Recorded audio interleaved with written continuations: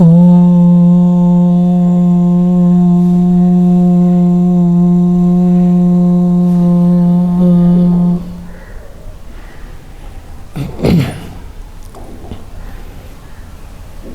हम ईश्वर के बारे में कुछ विचार करेंगे।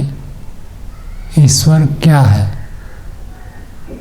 संसार में आज सबसे अधिक मतभेद कहिए अथवा भ्रांति कहिए, संशय कहिए, ईश्वर के बारे में सबसे अधिक है।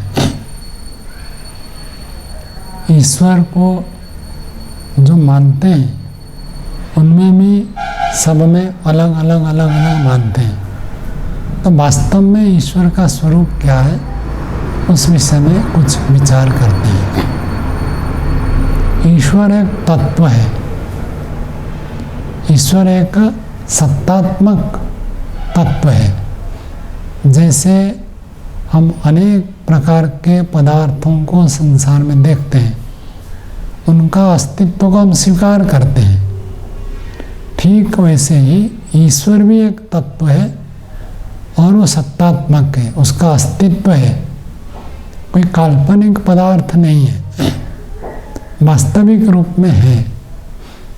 तो अब कोई तत्व है तो उसका स्वरूप कैसे है, ये प्रश्न उठेगा।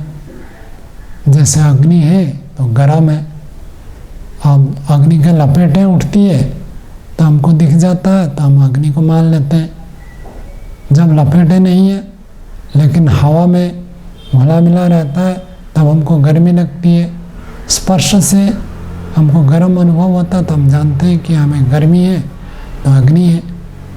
तो हमें ईश्वर का अस्तित्व हम कैसे जाने, ईश्वर का स्वरूप क्या है, उसको ऐसे हम समझ सकते हैं। ईश्वर एक चेतन तत्व है। जड़ पदार्थों को तो हम उनके गुणों से, शब्द, स्पर्श, रूप, रस, गंध, इनके माध्यम से जानते हैं, लेकिन चेतन तत्व में ये पांचों के पांचों गुण होते नहीं हैं। तो इसलिए ईश्वर में तो शब्द, स्पर्श, रूप, रस, गंध कभी भी मिलेगा नहीं, अर्थात इंद्रियों से हम नहीं जान सकते। फिर ईश्वर का स्वरूप कैसे है? तो ईश्वर का स्वरूप चेतन है।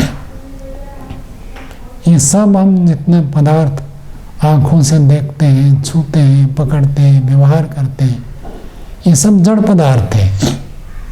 ईश्वर ऐसे जड़ नहीं है, वो चेतन है। और जो चेतन होता है उनमें जड़ पदार्थ के ये गुण नहीं मिलते, अन्य गुण मिलते हैं उसमें। ईश्वर के अंदर क्या मिलता है?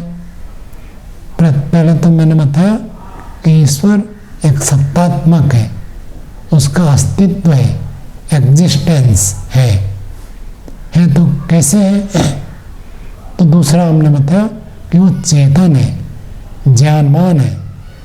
जैसे कोई मनुष्य चेतन है, जागा हुआ है, तो हम उसको कुछ बोलते हैं, कहते हैं, करते हैं तो प्रतिक्रिया करता है। ऐसे ईश्वर भी चेतन तत्व है, वो भी ज्ञानवान है, वो भी जानता है। और कैसे जानता है? हर एक को जानता है, हर समय जानता है। तो प्रश्न उठेगा कि ईश्वर भी प्रतिक्रिया करता है? जड़ पदार्थों के तुल्य प्रतिक्रिया नहीं करता है, मनुष्यों के तुल्य प्रतिक्रिया नहीं करता है।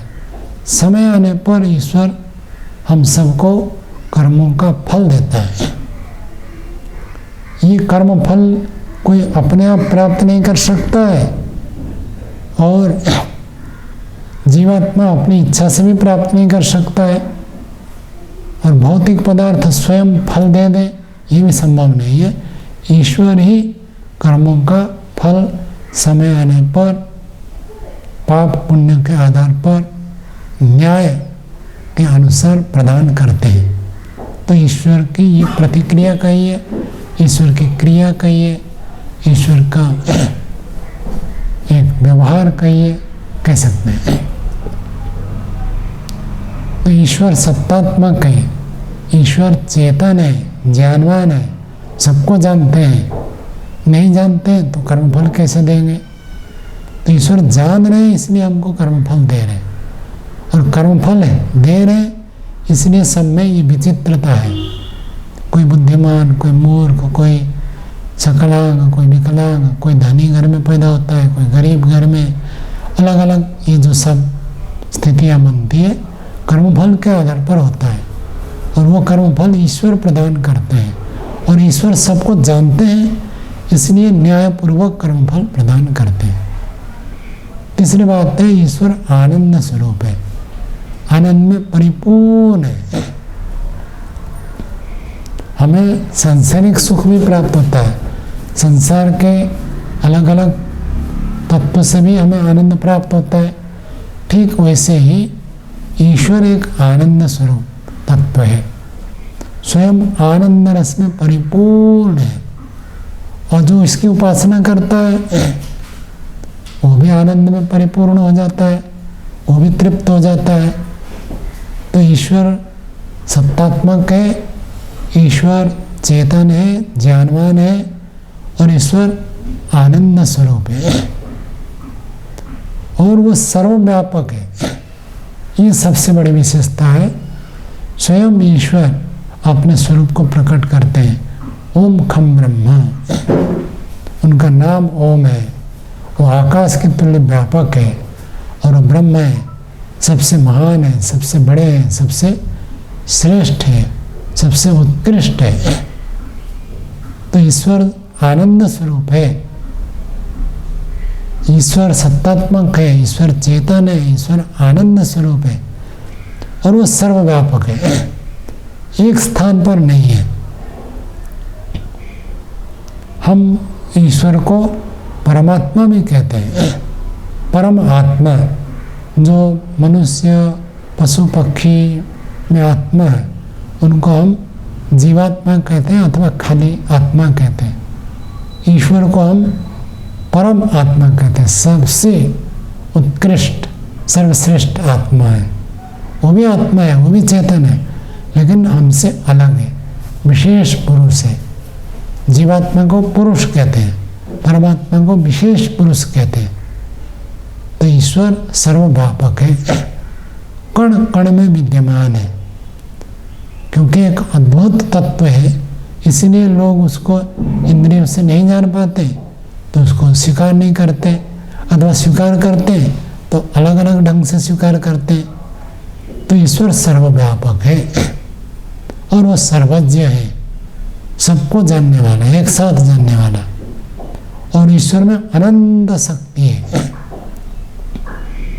ईश्वर में इतनी शक्ति है, संपूर्ण विश्व ब्रह्मांड को निर्माण करना, इसका संचालन करना, पालन करना, और अंत में प्रलय करना, सब जीवों को न्याय के अनुसार कर्मफल प्रदान करना, जीवात्मा को जीवन जीने के लिए ज्ञान प्रदान करना, सूक्ष्म शरीर स्थूल शरीर प्रदान करना, ये सब कार्य ईश्वर का है।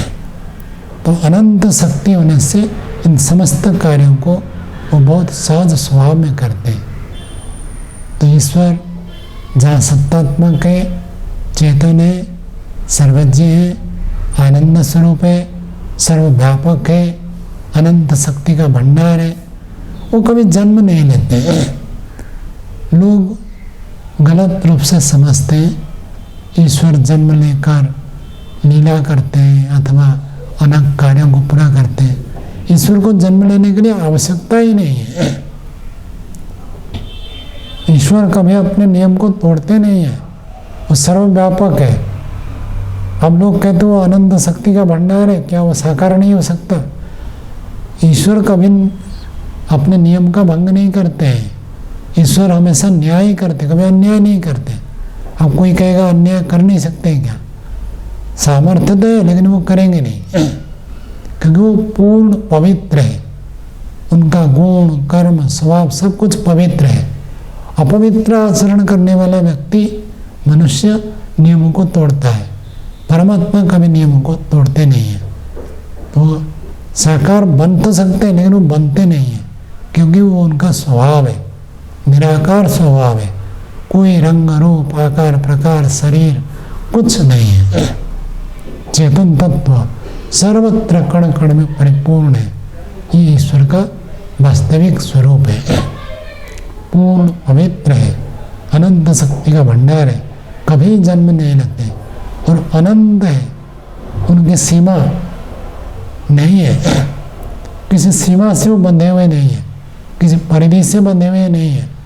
जन्म लेंगे तो सीमित होंगे, परिधि में आएंगे।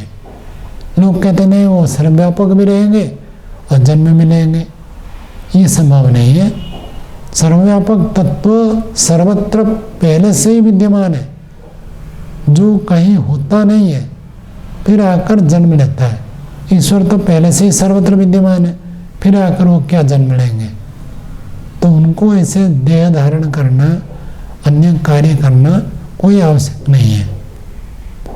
फिर लोग जो अनेक शरीरधारी को ईश्वर मानते हैं, वो उनकी भ्रांत मान्यता है। वास्तव में ईश्वर जन्म नहीं लेते हैं। ईश्वर जैसे पूर्ण पवित्र है, दिव्य गुण कर्म स्वभाव से युक्त है, धर्माचरण न्याय पवित्र से परिपूर्ण है, वैसे गुण किसी मनुष्य में मिल जाता है तो लोग उसको देखकर कहते हैं ये ईश्वर है, अथवा ईश्वर का अवतार कह देते हैं। अवतार का अर्थ ही होता है उतरना, जो पहले नहीं होता है वहाँ आकर उतरता है। ईश्वर तो पहले से विद्यमान है, कोई उतरने की बात नहीं है। फिर यदि ईश्वर ऐसे सच्चिदानंद स्वरूप निराकार सर्वव्यापक सर्वज्ञ सर्वशक्तिमान न्यायकारी है, उनके अपने लिए कोई प्रयोजन नहीं है, लेकिन हम प्राणियों के लिए जीवात्माओं के लिए दया करके संसार की रचना करते हैं। यदि ऐसी स्थिति है तो प्रश्न उठता है फिर ईश्वर ये संसार बनाने का क्या प्रयोजन है। हम जीवात्माओं को भोग प्राप्त हो और मुक्ति प्राप्त हो, हम दुखों से दूर होकर नित्य आनंद को प्राप्त कर सके, इस प्रयोजन के लिए ईश्वर संसार का निर्माण करते हैं। यही प्रयोजन है। अब उस ईश्वर से हमारा लाभ क्या है? जहाँ आपको बताया कर्मों का फल मिलता है, वहाँ पर यह भी हमें समझना चाहिए, यदि हम परमात्मा की स्तुति प्रार्थना उपासना करते हैं, हमारा जीवन दिव्य हो जाता है। इस विषय में हम और आगे कभी विचार करेंगे। ईश्वर का स्वरूप जो व्यक्ति जितना बढ़िया जानता है, ईश्वर के प्रति उसका प्रेम बढ़ता है। प्रेम बढ़ता है तो व्यक्ति ईश्वर की भक्ति करता है, और ईश्वर की भक्ति करता है तो धीरे धीरे उसके दुख दूर होते हैं और नित्य आनंद को प्राप्त करने में समर्थ हो जाता है। आज इतना ही है, आगे फिर हम इस विषय में विचार करेंगे। ओम